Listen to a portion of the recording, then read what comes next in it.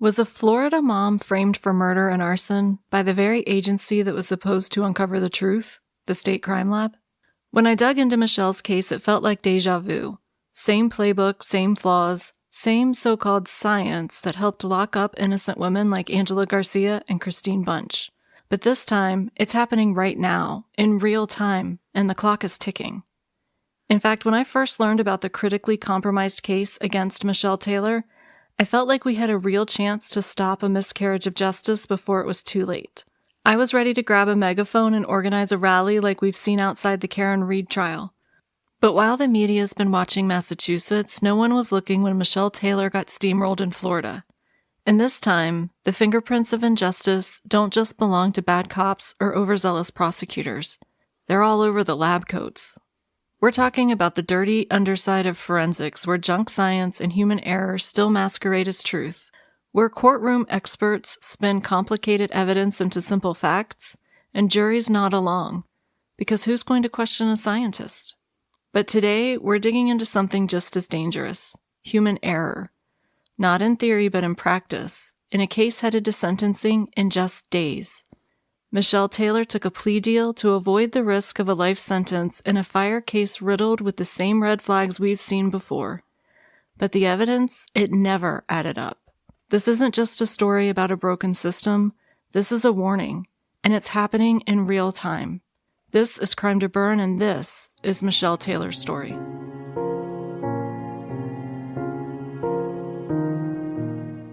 Welcome to Crime to Burn, where we explore the dark, sooty landscape where true crime intersects with arson and criminal negligence. Join us as we sift through the ashes to bring you the story of what really happened.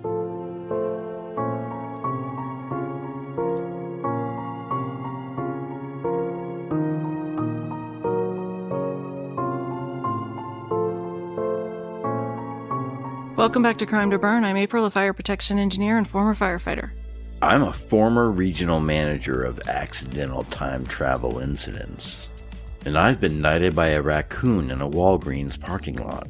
Podbean has featured Crime to Burn on both the app and website over the past week, and we are thrilled and honored, and as a result, we have a lot of new listeners, and we want to welcome each and every one of you. If you would be so kind to give us a follow on social media, on X, Instagram, TikTok, and Facebook, we would be very appreciative.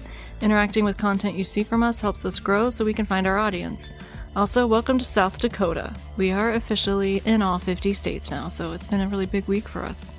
Also, if you would please leave us a 5-star rating and written review, it would be a wonderful and free way that you can help support the podcast. You can also leave comments on apps like Podbean, Good Pods, and Spotify on the individual episodes, and those help also. Be sure to check out our YouTube channel, give us a follow there, and you can find all the social media and YouTube links right in the show notes just to make it easier for you.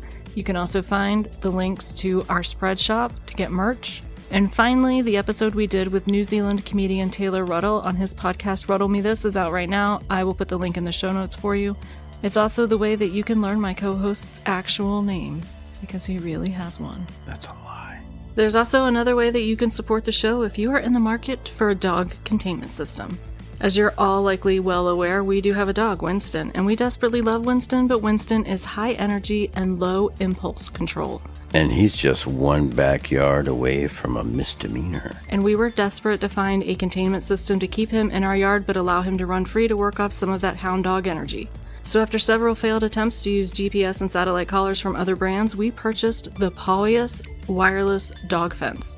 No wires, no digging, no drama. It gives him the freedom to run. Without turning the neighbor's garden into a crime scene. Just sweet, invisible boundaries. Because Winston doesn't need a rap sheet. Just a radius. We've been so happy with the Paulius system that we contacted them and asked if we could be an affiliate, and they agreed. So if you're looking for a concern-free canine containment contraption to save your sanity, visit www.paulius.com, that's P-A-W-I-O-U-S, and if you use the code CRIME2BURN at checkout, you will get 10% off your purchase. Or you can find the affiliate link in our show notes. For each purchase made using the code CRIME2BURN, we will receive a small commission. But seriously, it's the first system we found that truly works to keep Winston happily hanging at home. Instead of being the neighborhood's hooligan hound. So zoom me right on over to www.paulius.com and remember to use the code CRIME2BURN at checkout. Finally, be sure to send us your feedback, case suggestions, and personal fire stories to crimetoburn@gmail.com. And thank you to those of you that sent us emails this week. We do love to hear from you. As always, our sources are in the show notes and a trigger warning before we begin for the death of a child. But this case is incredibly important for all the reasons that I gave in the intro. And this case is actually going to sentencing in just over a month, on May 30th. We also need to give a big fire safety certified shout out to journalist Liliana Segura. You may recall her name from her amazing coverage of the Angela Garcia case. A lot of what we know about Michelle Taylor's case comes from her incredible investigative reporting over at The Intercept, and honestly, if this podcast episode had footnotes, Liliana would be most of them. We do have other sources though, and she's listed in our sources, but I just want to make it clear that we leaned most heavily on Liliana's coverage of the case. And I've actually been in touch with her, and yes, she is as brilliant as her byline suggests. I won't jinx it by saying too much, but let's just say I've got a microphone with her name on it and a link ready to go, and it's possible that in the near future, you might get to hear even more from Miss Segura, so definitely keep an eye out. Liliana, if you're listening, thank you for blazing this trail. Now before we dive in, let me just say this up front. I'm a fire protection engineer. I'm not a forensic scientist, I'm not a chemist, I'm not a lawyer, and I'm definitely not a sorcerer, although if someone wants to hand me a magic wand and/or a lab coat, I probably wouldn't say no. This week I went full rabbit hole on gas, chromatography, and mass spectrometry. Yes, the glamorous world of accelerant detection and fire debris analysis. I've read reports, watched lectures, chased down obscure academic articles, and honestly, I think I deserve at least an honorary lab coat. But despite all that, I probably still know just enough to be slightly less dangerous than the actual crime lab that handled the evidence in Michelle Taylor's case, and that's saying something. Now, I promise not to turn this into a dry, jargon-filled college lecture delivered by an underqualified adjunct with a caffeine addiction. My goal here is to break down the science into bite-sized, understandable pieces, kind of like forensic Lunchables, so we can all follow what went wrong. Let me be clear. I am not here to say definitively that the crime lab botched the forensic work. That's not my job. But you know whose job it is? Experts, like actual ones, people with credentials that make my resume look like a napkin someone doodled on during lunch. And one of those people is John Lentini, a heavy hitter in the fire investigation world. If you followed our episode on Christine Bunch, you might recognize his name. If you happen to own a copy of the Arson Investigator's Handbook, you've probably seen his name on the cover because he literally wrote it. And if you've cracked open an FPA 921, the gold standard for fire investigation procedures, he's one of the people that writes that too. His credentials go on, but don't worry. This episode isn't about John Lentini, it's about Michelle Taylor. That said, John Lentini took one look at this case and thought, wow, this is bad.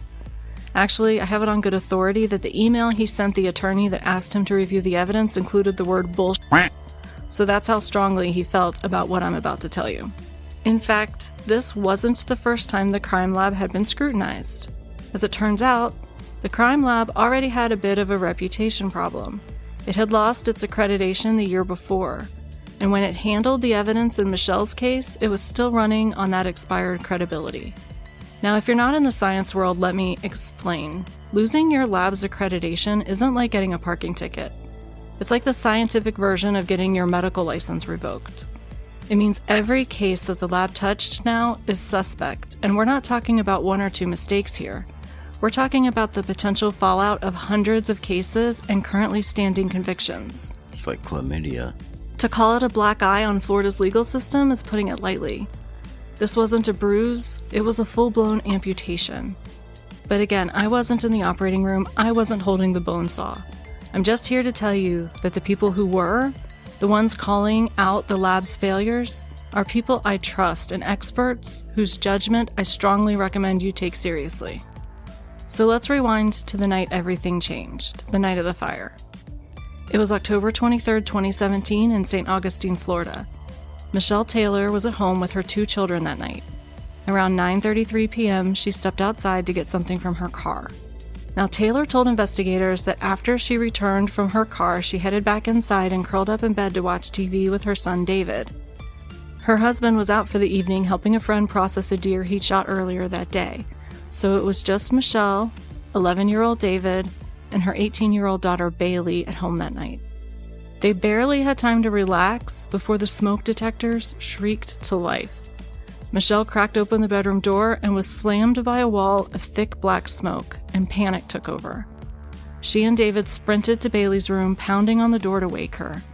The three tried to escape together, but in the chaos, David made a fatal split-second decision. He turned back for the family dog.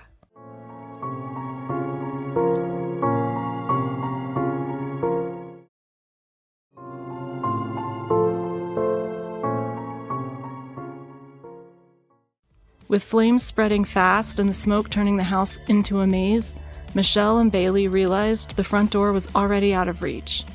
Desperate, they fled to a spare room and climbed through a window to survive. By the time the firefighters arrived at 9:49 p.m., the house was already a loss. Inside, they found Michelle's 11-year-old son David lying face down beneath the wreckage, and he was unrecognizable. Michelle had barely made it out alive. She told investigators she didn't know how the fire had started, but mentioned a few possibilities. A candle left burning on the coffee table near the couch, a malfunctioning electric recliner that her husband Dennis had recently worked on, and the possibility that she had been smoking inside the house. In the debris, a lighter and cigarette butt were recovered. But the fire moved fast. It burned hot. The living room, the apparent point of origin, had been gutted. Flames had eaten through the drywall ceiling, leaving the skeletal remains of the wooden roof structure exposed to the night sky. The fire had taken everything. David was gone, the house was destroyed. Michelle had barely escaped with her life. Now let that sit with you for a second, because this isn't just a story about forensic failure or system breakdowns. It's the story of a mother who lost her son in the most violent and unthinkable way. But instead of comfort or even a moment to grieve, Michelle Taylor got something else entirely: suspicion. And the whispers started almost immediately, and they didn't stay whispers for long. The fire had been fast. Too fast, they said. Investigators brought in an accelerant detection canine to search the ruins, and the dog gave a positive alert. And based on that, debris samples were sent off to the state crime lab for testing. And that's where everything shifted. The lab reported finding traces of a flammable liquid. Accelerant. One word. That's all it took to rewrite Michelle's story. Suddenly, she wasn't a mother mourning her son, she was the prime suspect. And from there, the system didn't just spiral, it closed in.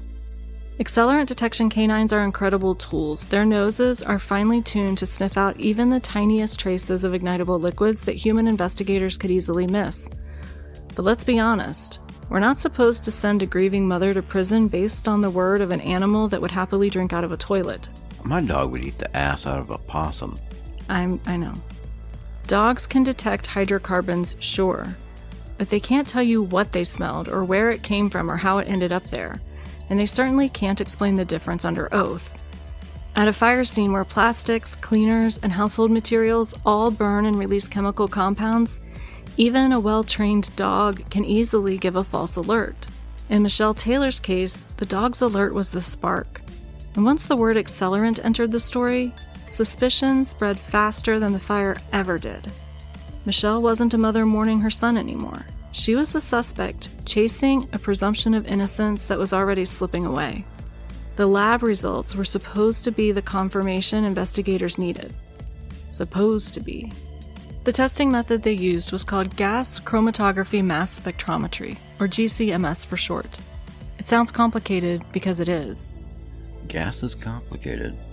GCMS is a two-part process. First, the debris sample is heated to release any chemical compounds trapped inside.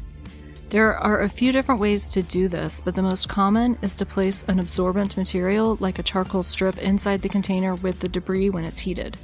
That strip collects the chemical vapors, which are then washed with a volatile solvent. The solvent helps extract the chemicals for analysis and is carefully screened out of the final GCMS results because they know which solvent they used. Those extracted chemicals are then pushed through a machine that separates them based on their molecular weight. That's the gas chromatography part. The output looks like a graph, a series of peaks running across a timeline. Time runs along the x-axis, and each peak represents a different compound as it exits the column. Then the mass spectrometry side takes over. Here, each peak from the gas chromatograph is zoomed in on. The material is bombarded with high-energy electrons which ionize the molecules, giving them an electric charge. These particles are then passed through a magnetic field. Then they go to Harvard and receive a degree.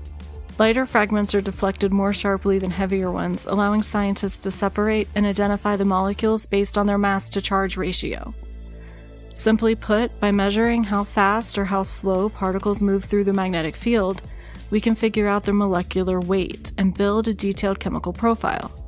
For example, if we use a really simple example like carbon monoxide, it's a molecule made of one carbon atom with a molecular weight of 12 and one oxygen atom with a molecular weight of 16.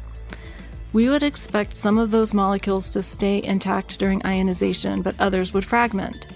So the mass spectrometry results, we would see a large peak at 28 because that's the molecular weight of a carbon monoxide molecule. Yeah, well, everyone knows that. But also smaller peaks at 12 because that's the molecular weight of carbon, and 16 for oxygen. Duh. And that's because some of those bonds broke during the process, so we got out carbon monoxide, carbon, and oxygen. But that's a very clean and simple example. When we're talking about accelerants, we're dealing with messy chains of hydrocarbons, long, complicated molecules made of carbon and hydrogen. Plus, accelerants often include additives that change how those molecules fragment during ionization. So what analysts rely on is pattern recognition. We take the messy, jagged line graph, the GCMS result, and compare it to the known graphs for things like gasoline, kerosene, lighter fluid. We're looking for matching fingerprints in a sea of chemical noise.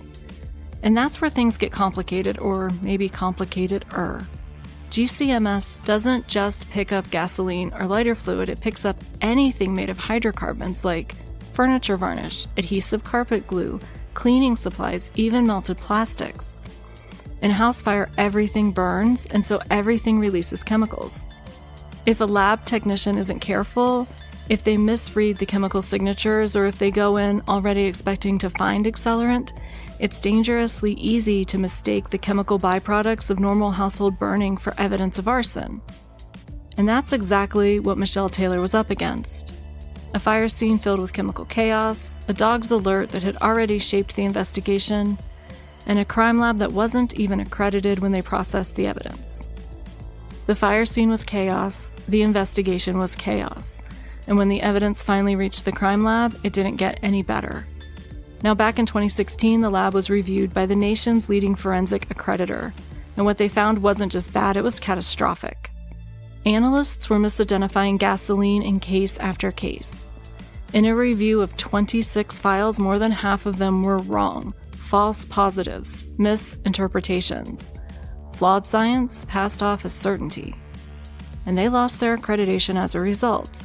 They were not up to pedigree, they were a Chiweenie Doodle masquerading as a thoroughbred. What? A Chiweenie Doodle? What an ass is a Chiweenie Doodle? It's a Chihuahua, a Dachshund, and a Poodle mixture. Is this a real thing? I know what Chiweenie is and Labradoodles are, and I was trying to make it sound even more like... Is it a real thing, up. or did you make it up? I don't know if a Chiweenie Doodle is a real thing. It shouldn't be if it's not. Does anyone have a Chiweenie Doodle? Repent. In Michelle Taylor's case, it fit the pattern. The lab reported that 12 debris samples from Michelle's house tested positive for ignitable liquids, traces of hydrocarbons, they said, were consistent with gasoline or other petroleum products. At first glance, the evidence seemed overwhelming. Even John Lentini, one of the country's leading fire investigation experts, thought so. When Michelle's defense team first reached out to him, Lentini didn't expect to find much wrong. There were 12 positive samples. That's too many hits. It sounded open and shut to him. In fact, as Lentini later told Liliana Segura of The Intercept, he doubted it was even worth reviewing the case, but he agreed to look anyway. He sat down with the raw data, the chromatographs, the mass spectrometry results, and started digging. And what he found made him stop cold. It wasn't a mountain of proof. It was a house of cards. It wasn't overwhelming evidence of arson. It was overwhelming evidence of error. The truth was staggering. There was no gasoline found in any of the debris samples from Michelle Taylor's home. None. All 12 debris samples, every single one the lab had tested, were false positives, ordinary fire debris, background noise. The house of poop. Misinterpreted and misreported. The only true gasoline findings They came from scraps that had been cut out of empty plastic gas containers from the house's garage, items that had nothing to do with how the fire started.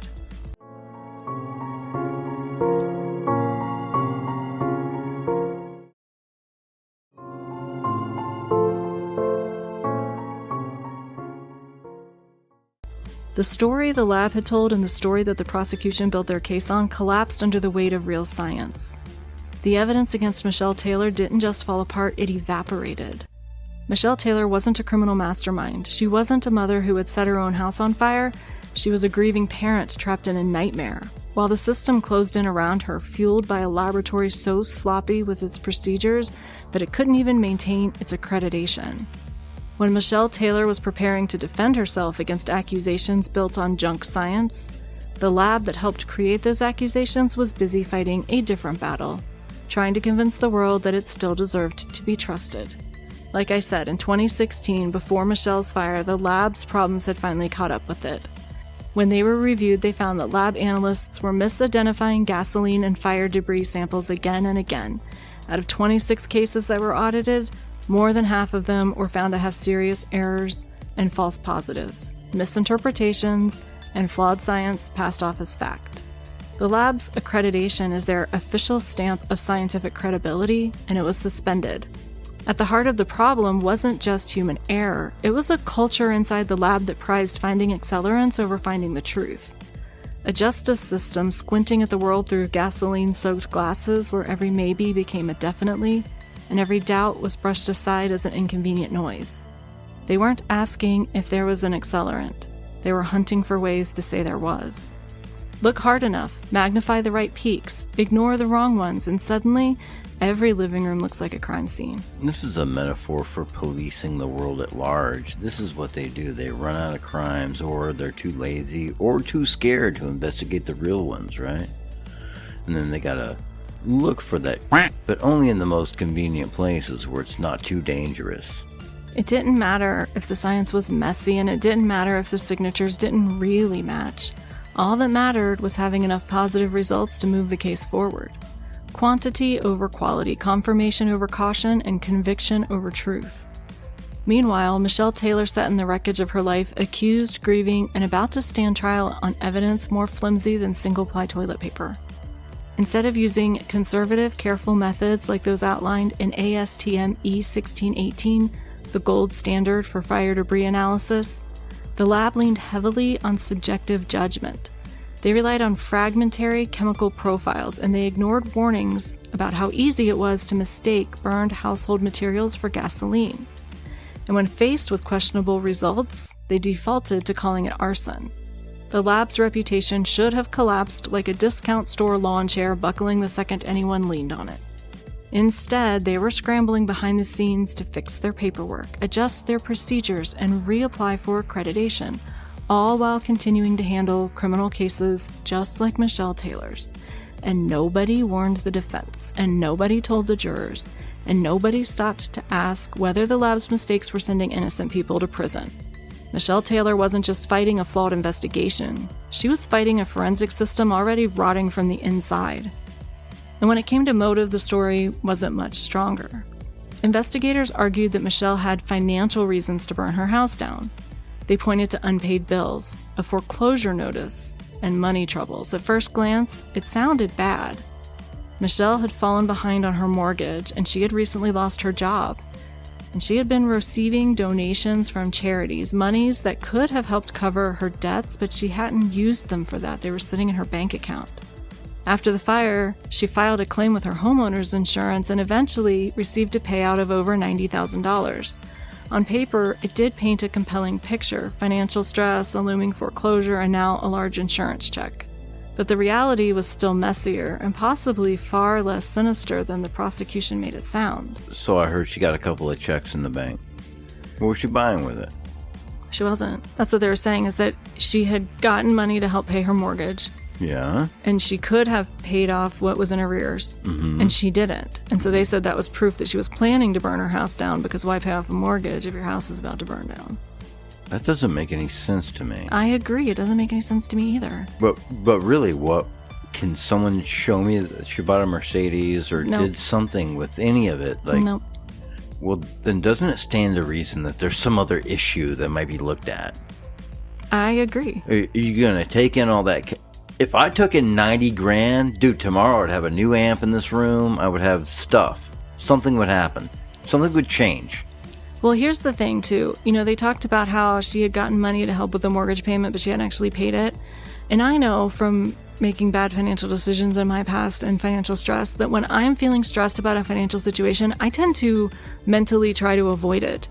So, like, it doesn't really surprise me that somebody that was facing potentially a foreclosure and had just lost her job was sort of ignoring the fact that they now had the money to try to settle the problems, because that requires a certain level of stress to even undertake making those phone calls and getting caught up and doing that. Like, that's, for people that are depressed, that is a huge level of effort. It's pretty arrogant to assume that you could put yourself in someone like this' shoes and then make a judgment about their life. I agree. The best you can do is scratch your balls like the rest of us. I'll have to scratch your balls. I don't have any. I'll let you. Now, Michelle had a checkered history. She had filed a false workers' compensation claim, and she was allegedly defrauding several churches by soliciting donations to pay money toward her mortgage, even though, at the time, she had sufficient funds. Purchases appeared that the prosecution decided were frivolous and non-essential. And perhaps most damning was the fact that just 2 weeks after the fire, she was caught attempting to steal clothing valued around $1,100. But that's not evidence of a carefully laid financial plan to profit from the death of her son. It could have been grief, it could have been desperation, it could have been the slow and painful collapse of a life, but I don't think it was the cold calculus of an arsonist. Still, suspicion spread, and it was helped along by Michelle's own family. Her mother-in-law and sister-in-law told investigators that they believed Michelle might be capable of setting the fire for financial gain, not because they had hard evidence, because they didn't trust her. Because in the middle of tragedy, it's easier to point fingers than to face the terrifying possibility that sometimes life falls apart without a villain. And once those accusations were out there, they stuck. They filled in the gaps where real proof was missing. Michelle Taylor wasn't just fighting bad science, she was fighting whispers, family betrayal, and a system ready to believe the worst. And here's the part that's even harder to stomach.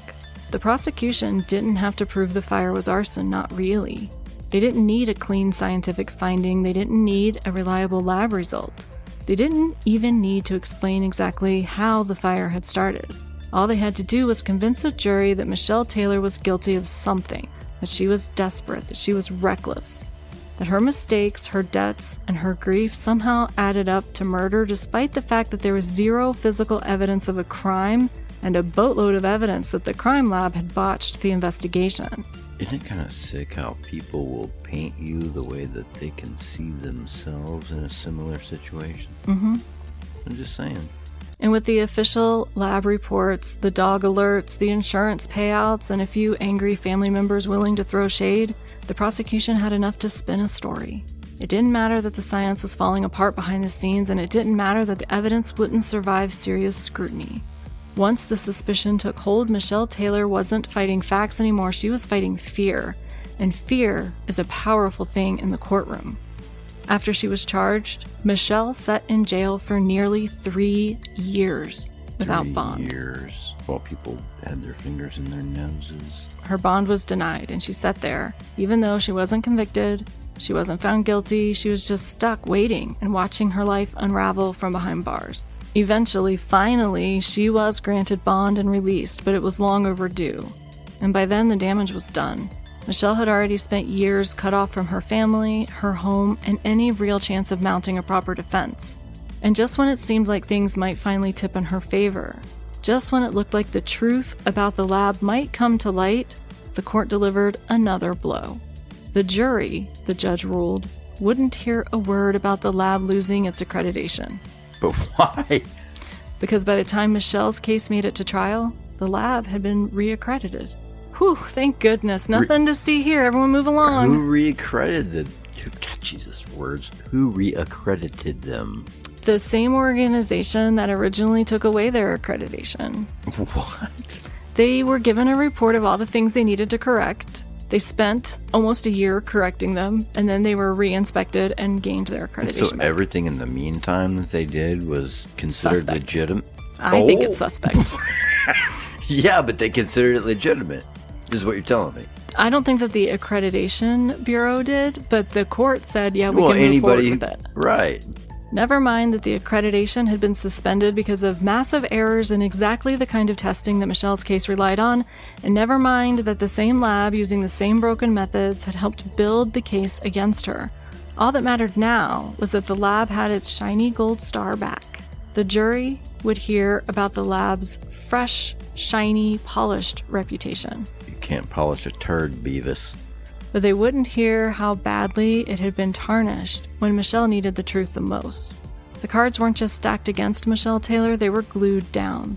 And she wasn't walking into a fair fight, she was walking into a courtroom where the walls were already whispering the worst about her. The odds were impossible. The headlines were already out there, stories of monster mothers who murdered their own children like Susan Smith and Casey Anthony. Mothers who had burned themselves into the national consciousness as cautionary tales of betrayal and brutality. And when you've heard enough stories like that, it gets harder to believe in accidents and it gets easier to assume the worst. Michelle Taylor wasn't a villain, she was a mother who had lost everything. But to a jury of strangers, battered by years of media fear and courtroom drama, she might look exactly like the kind of monster they'd been warned about. How could she have any faith in the system, in a process that had already twisted the facts, buried the science, and silenced the truth? By the time Michelle finally saw the plea deal on the table, she knew what she was up against. Take the deal and maybe have a shot at rebuilding some kind of life. Or roll the dice against a justice system that had already decided what kind of woman she was. The risk wasn't just prison, it was life in prison, and the label that she feared most, murderer.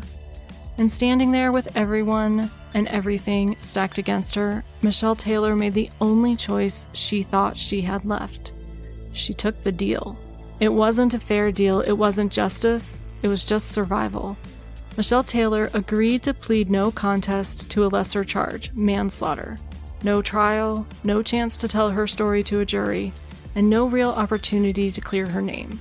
In exchange, the arson charge was dropped, and Michelle now faces sentencing for manslaughter with the possibility of receiving anywhere from 3 to 13 years in prison, and she may get credit for the 3 years she already served. Or she may not. It didn't matter that the lab's science had crumbled, and it didn't matter that no one could say exactly how the fire started, and it didn't matter that the system had failed her at every turn. The risk of going to trial and losing was just too high. The state didn't need airtight proof anymore, they just needed a jury willing to fill in the blanks with fear, and Michelle Taylor knew it. The plea wasn't a confession, it was a surrender. A mother who had already lost everything, giving up the last thing she had left, her fight. So on May 30th, Michelle Taylor will stand before a judge. Not a jury of strangers, not a room full of whispers, just a judge. A judge who knows exactly what happened behind the scenes. A judge who knows how badly the Florida crime lab failed. Who knows that the so-called science at the center of this case crumbled the moment someone bothered to look closely. Michelle Taylor will stand there alone, and the question is simple. Will the judge show mercy? Or will he or she throw the book at Michelle, knowing full well they're not punishing a crime, they're just bearing the evidence of their own failure? This judge has a choice, a real one. A chance to jam a wrench into the machinery of a system built on bias and bad judgment, or to let it chew up another life without even slowing down. The judge can do what the investigators didn't, what the lab didn't, what the prosecution didn't. The judge can tell the truth. They can face the cracks in the system instead of papering them over, or they can turn away and add Michelle Taylor's name to the long, ugly ledger of lives crushed under the weight of science fiction and bad faith, right under Cameron Todd Willingham, Christine Bunch, Juwan Deering, and Angela Garcia, and many others we haven't even covered yet. This isn't just Michelle's fight anymore. It's the system's test. Let's see if anyone in that courtroom has the courage to pass it. In the end, the fire didn't destroy Michelle Taylor's life, the system did. They thought we'd never see the mistakes hidden in the wreckage of Michelle Taylor's case. But the truth will stand, even as the world is on fire. This is Crime to Burn. All I need is my script to appear on the screen. Today's episode is brought to you by lizard people in the lobby. And golf shoes. I mean, I know you like it like that, but I need to be lubed up a little. I had to learn science that I didn't already know. Today's episode was brought to you by a special contribution. Suspicious baloney. Nope, I'm just going to throw some alcohol on it until it seems better. I'm just going to drink until I can tell jokes again. You don't know what it feels like to be bloated? When in doubt, let it out. Release some of that butt baloney. I'm going to start taking my emotional support megaphone into public. I'm going to stop going into public. Please, be quiet! Thank you for that demonstration of why I will not be going in public anymore. That really is emotionally supportive. Give up on your dreams and submit to the real world. You're disassociating so hard right now. I really am. Some disassociation. Hey, I'm not really here. I'm on another planet. My brain's in another gear. Just happens. I just am there 1 minute and gone the next. Like a fart in the wind. That's me. We've taught the child silence. We train ninjas here at Sister Margaret's. I'll repent. You just basically call me Chef Boyardee. Will you be my Chef Boyardee? Will you stuff my ravioli? Oh, thank you for redeeming my stupidity. Look how I delicately squeeze the lime. Light bulb. Light bulb. Light bulb. Light. Bulb of light. It's bulbous. Fester. That's a word. It gives me bad feelings. It makes you think of bald people. We're pissing someone off named Hester right now. I don't like the name Hester. It's too close to fester. Like your name's so cool. There's nothing exotic about April. That's not true. I've seen you dance. That's not exotic. That's chaotic. Quiet on the set. I don't know. I was born in the 70s. Maybe it hangs. This is the worst megaphone ever. And they had gonorrhea. Unreliable. But still emotionally supportive. When Michelle Taylor got steamrolled in Florida. Is steamrolled like a dirty thing I don't know about? Oh yeah, baby. What is it? Well, it depends on where you're from. Ever been to Cleveland? A Cleveland steamroll? What's that? It sounds like... I could die now. Well, I don't know what that is. Oh my God. I don't understand why this is funny. Whatever you do, do not Google that. What is it? I'm too wholesome to tell you. I'm gonna have to Google it. No! Tell me what it is. I can't. So awful. Oh, that's gonna f up my algorithm. You look like you just saw a ghost. I feel dirty. This concludes your wholesomeness. Action. Holy f***, that's a lot of innuendo. I don't even know where to start. Hi, I'm internationally unrecognized expert in microwave etiquette and spontaneous bad decisions. First person to survive 15 consecutive bad ideas without a helmet. Inventor of the emotional support smoke detector. Patent pending. Once mistaken for a credible source by a guy in a gas station. Co-founder of the Institute of Questionable Theories and Loud Whispers. All right, full chaotic energy, here we go. You bought the whole seats, folks, but you're only going to need the edge. I'm a former regional... Why do I want to put an L on that? Because it's former regional. Mermal. Mermal. Mermal. What's mermal? That's like a growth. Ew. I don't know. That's what it sounds like to me. Hi. Jesus Christ, I'm a former growth on your... I'm the only certified instructor for interpretive smoke alarm dancing. I'm the founder of Trust Me, I Googled It Academy. I'm a 3-time champion of yelling fire at fireworks shows. I'm a survivor of the great double coupon conspiracy of 2019. What the f*** does that mean? I don't know. Hi, I'm a self-appointed ambassador to the Ministry of Unread Emails. This is me, once bitten by a radioactive IKEA manual. Results pending. What would my superpower be? Eating horse meat? Cheering noises here.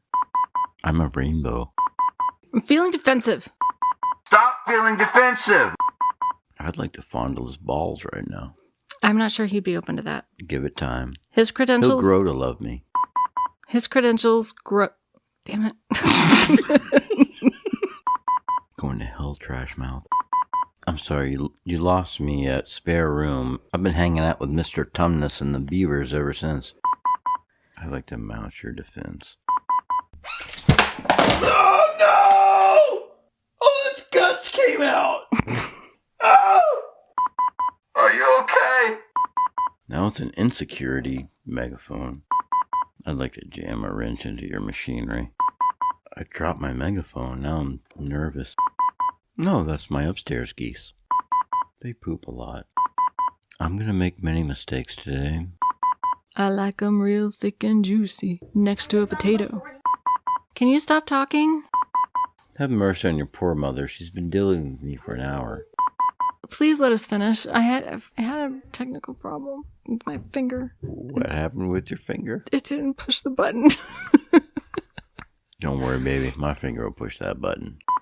We had to record most of this episode twice. This is the first time I have failed to unpause the recording when we paused it. Your frustration is obvious. It's palpable. Palpate my frustration.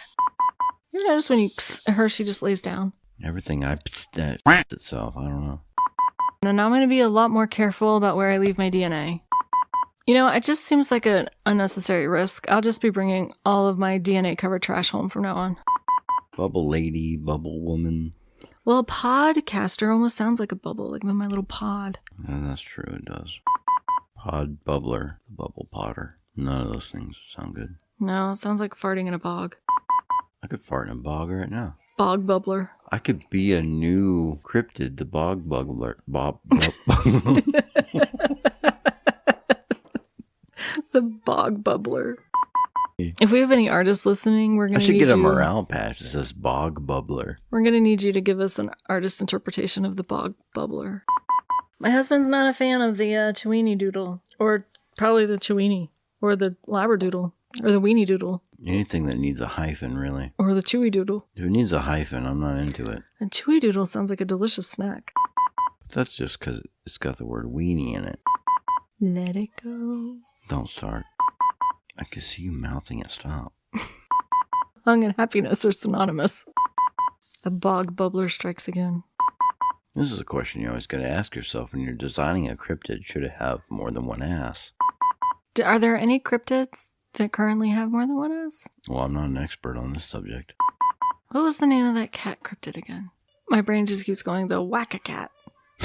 That's not it. The Wampus Cat. I was close with Wacka. This has gone sideways. It's gone totally cattywampus. I have one job. 2 jobs. 3 jobs.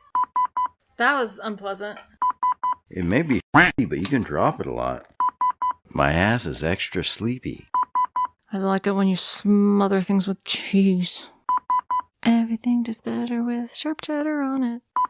So you nizzle when I'm sizzling. And although we'll miss you until the next time, this is us signing off. That's very dramatic. That's what I do. Bring the drama.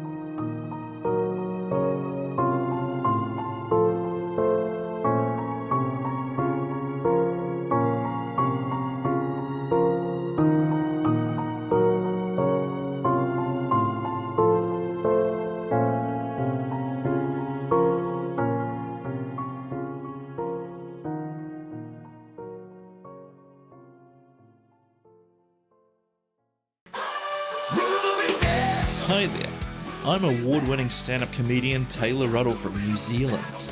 Podcasts? Yeah, we got them too. And in my podcast, Ruddle Me This, you get a front row seat seeing exactly what it's like trying to come up in this crazy business that is stand-up comedy. I interview other comedians and artists from different disciplines, as well as other generally interesting people from around New Zealand. Oh, and we also do spooky paranormal episodes. Ooh. So if this mix of eclectic nonsense appeals to you, download Ruddle Me This on Apple Podcasts, Spotify, or your favorite podcatcher.